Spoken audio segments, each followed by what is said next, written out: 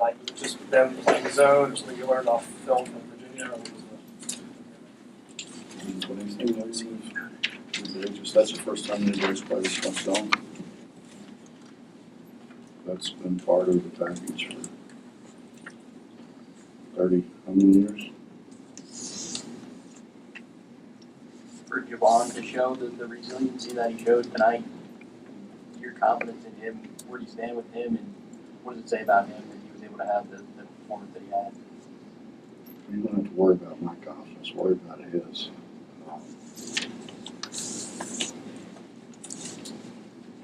He made some shots today, but he spent a lot of time in the gym. There's a direct correlation between putting time in and working in the right fashion and working on the right things. Has been successful doing those things. He has spent just a ton of time in the gym. Were you worried about his confidence at all?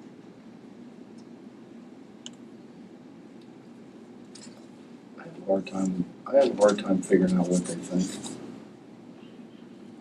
You know, I have a hard enough time worrying about what I think sometimes. So I don't know. I mean, they asked me at halftime what about what they thought. How the hell do I know what they think? I have no idea what they think. I mean, I'd like for them to think a little. I'd like for them to think that maybe we should stop them from shooting layups so much. But obviously, they're not thinking that. That's what I've tried to get them to think. I've been very successful. Did that answer your question? Sort of. Yeah. I really don't have an answer, so I was just making stuff up. That's fine. I'll find a way. Is the problem in stopping those layups, especially in transition, is that more on the back end or recovery from the front end? Where are the problems there? Really what it is when you have three guys leaving early trying to run out and get a layup is what the biggest problem was in the second half. Like too many guys trying to score and not enough guys trying to stop people. I think if we go back and look at the film, that would bear that out. When they've got four guys below the foul line and we have one or two, the chances are probably pretty good they're going to get a layup. That's why I kept substituting.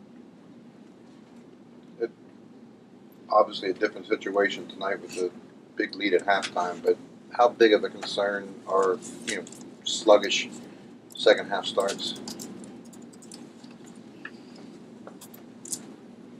Well, I think it's what's happened here at home is it's a byproduct of being up by a bunch and everybody trying to figure out how to get a couple of points of their own. Right. Instead of the ball movement stops and guys are running out. It happens. It shouldn't happen, but it does. Is that what you asked me? Yeah. What do you think of the shot selection tonight generally? 36 3-pointers attempted, much more than you have in any other game. What are you going to do when they stand in the lane? They pretty much stood 5 guys in the lane and said, dare us to shoot it.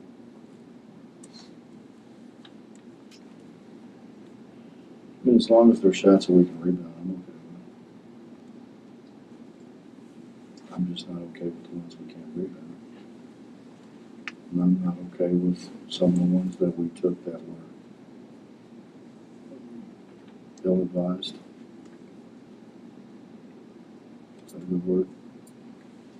Try to be more politically correct. Were you tempted at all at the start of the game? Javon comes out and misses 4 relatively easy shots and a layup, misses his first 5. I mean, were you tempted at all to yank him or to say something to him? Honestly, Bob never thought about it. Never thought about taking him out. I know, I just know I hear the ball bouncing down there and I look out the window of my office and he's generally the one down there. And I don't think taking him out would have done any good. I think he just needed to make some. He was, if he wasn't the first, he was the second. And today, before we had shoot around,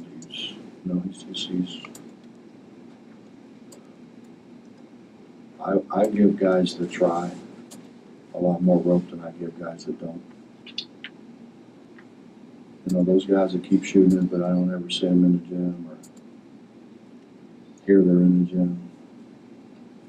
Those are the guys that I kind of get out quick. I'm a big proponent of work. This is kind of off base a little bit, but when That's very unusual coming from you. when a guy like or anyone on the other team like Samuel did tonight, and he's just kind of going off and doing his thing. In-game adjustments, does it become a big focal point? All of a sudden? I mean, maybe if he hadn't banked the first one in. That's right. The one on the baseline just grazed the backboard and went in.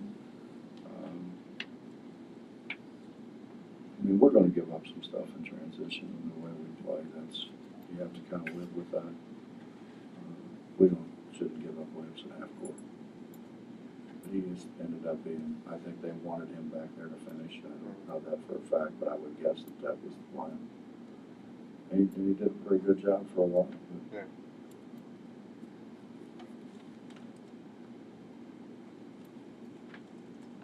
Anything else? Do you expect to see this kind of shooting often, or? From us, Yes. I honestly, I thought we would. You know, obviously the competition in the Bahamas wasn't very good, but we shot it really well. Dak shot it well, JC shot it well.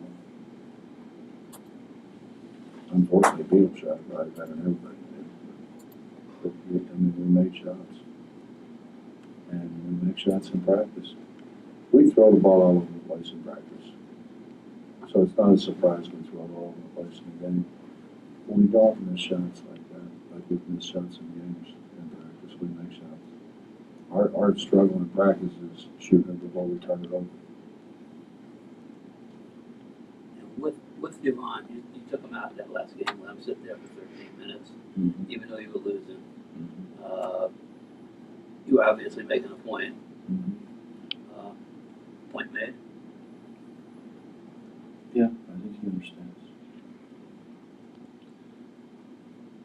When you have a layup, you should throw behind the back pass. You know, he knows that. I don't see any good in acting like those things didn't happen. Now, I know Jay Billis didn't agree, but Jay's a much brighter coach than I am. He's only 770 wins behind him. He just couldn't figure out why he put him back in the game, I guess. Anything else?